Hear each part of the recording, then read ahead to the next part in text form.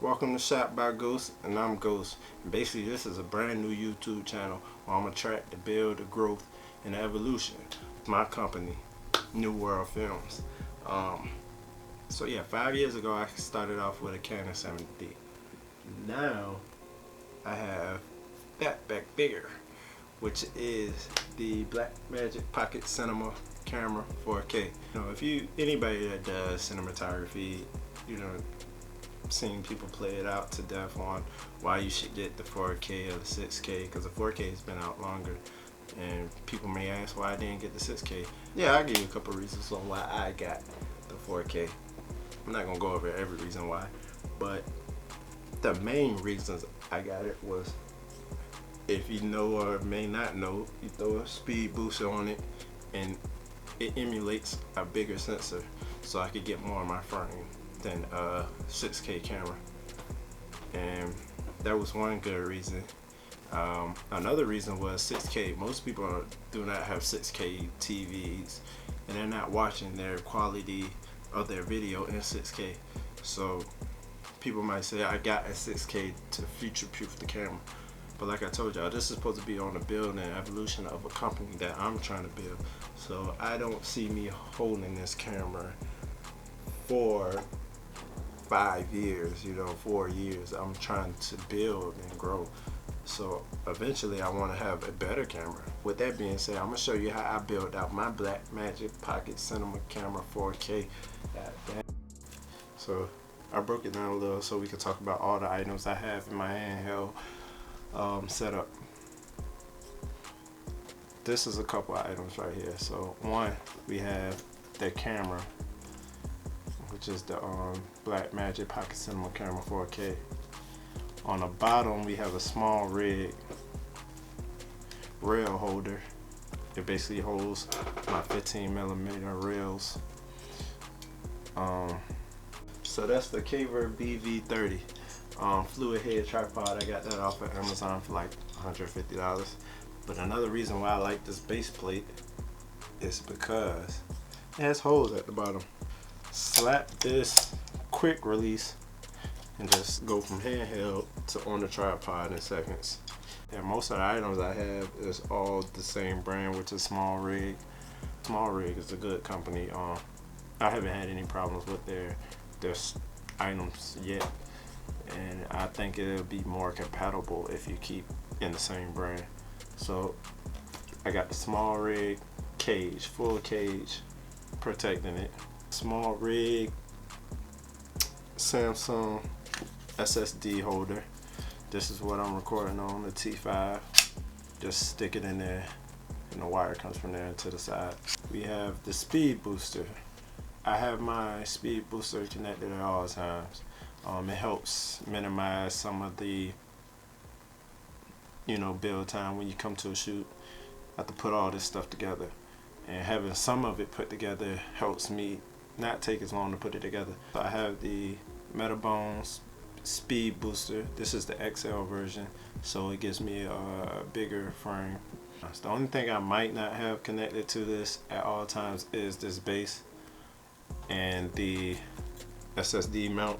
But other than that, I keep the cage on it and this on it. I also have a cage to speed booster mount.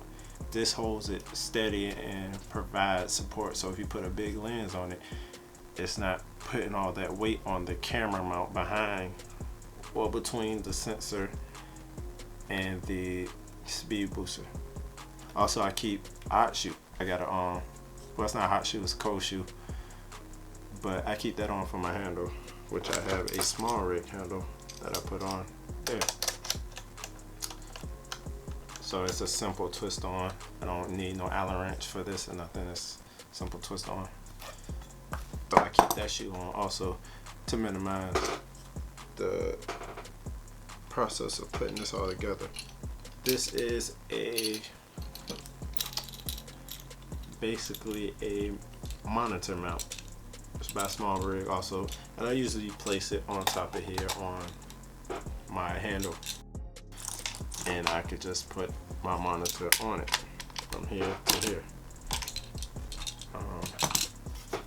Monitor I chose was the Small HD focus 7-inch. Great monitor. I really don't have any problems with it. Has a bunch of settings. If you don't know, you may know, with this camera there is no autofocus. This is a real cinema camera, and that's why they put it in the name. Blackmagic Pocket Cinema Camera. So I need a big screen where I can make sure my target is in focus. Of course, we have to talk about the lens. How can I skip the lens? I went with the Rokinon DS version, 50mm. It's a T1.5 to 22. And the reason why I went with the DS version is because I'm gonna get more lenses eventually, and I'm gonna stay probably in this brand right here. And with the DS version, if you switch a lens, your gear rings are always in the same position, so I don't have to reposition my follow focus. Follow focus I got was from Newer. I got this on Amazon, and basically it's a great follow focus. But yeah, when you have this on your rig, this is always right here. So if once I change my lens, let's say I want to go from a 50mm to a 24, and I got the 24 Rokinon DS version, when I put that lens on, the gears are gonna fall right back in that same position, and I don't have to readjust my follow focus. But if you don't know, the battery on this sucks. It has a Canon battery. Right here. 30 minutes, maybe, possibly, with that one battery. So I do have a V-mount battery. Got a power extra, and I'm pretty sure this is it's a 95 watt hour. This allows me, I don't know how many hours this one battery gets. I know a lot of people get the bigger V-mount batteries, and they say they get probably like, I guess, like 6 hours of shooting. I don't know how many hours it'll give me naturally, because I had shoots where I did a shoot for like 2 hours, 3 hours, and I cut my camera off when I'm not shooting, or we're talking and conversating. With my monitor, I just took advantage of the batteries that it supports, and I got one of these, which is an MP battery. It's a MPF960 battery, about the same brand as my other battery, Power Extra, and it came with 2 and a charger, so I have 2 for each slot, but I only put in 1 at a time. And I power the monitor with this battery, and I use this battery to only power my camera, and it hasn't died on me at a shoot yet. So right here are 2 different small rig accessories. So this is the V battery mount. I have this attached to just a Smallrig plate, which is a cheese plate, I guess what they call it. It just has a bunch of holes, and it has 2 15mm slots where I can hold it. So I put these in here, and this is just like this. So I went with the newer matte box. I went and got the cheapest matte box I could get. This matte box is like $15. If you don't know what a matte box is for, basically a matte box is for blocking the sun, so the lens doesn't get that sunlight in it and do all that flaring. I probably will upgrade it when I start putting ND filters. Like if I want a matte box where I can put ND filters in the matte box, and that would make it so much easier than screwing a ND filter on your lens. Just pull it out the matte box, slide your new one in. See, in the middle it says 77, so I need 77mm ND filters to screw on, which I bought a couple. Only got 3. All from Tiffin. They do great, and this will block a lot of flares out of your lens too. So yeah, I think that's basically all I have on my rig. Got the T5 that I tell you on. This is a 1 terabyte T5, Samsung T5 SSD. With 4K is enough, you know. Okay, so yeah, my constant bit rate is, if you can see that, if it will focus, there we go, 3.1. If you can see it, I hope you can see it. Bam, 3.1. So I shoot at 3.1 compression rate, which gives me a bigger file, but I want all the quality I can get in my videos. And even with shooting at 3.1 3:1 compression rate, I get probably like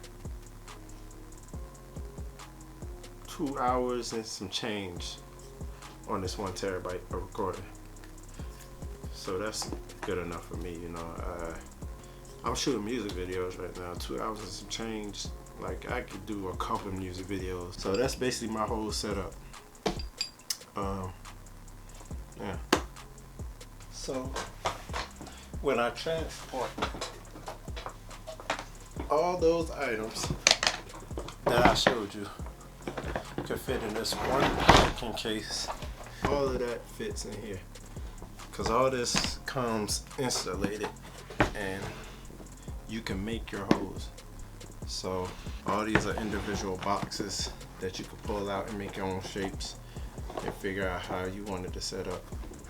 I made my hole on this side for my camera to actually fit in that spot like this, with the speed booster on, connected and all that. I could just put it in that slot. So basically that's it. So next video I'm gonna try to get some behind the scenes of me shooting. I've done 2 videos so far. Get some behind the scenes and actually show how I go about the process of shooting. So yeah, that's it. I'll catch y'all later.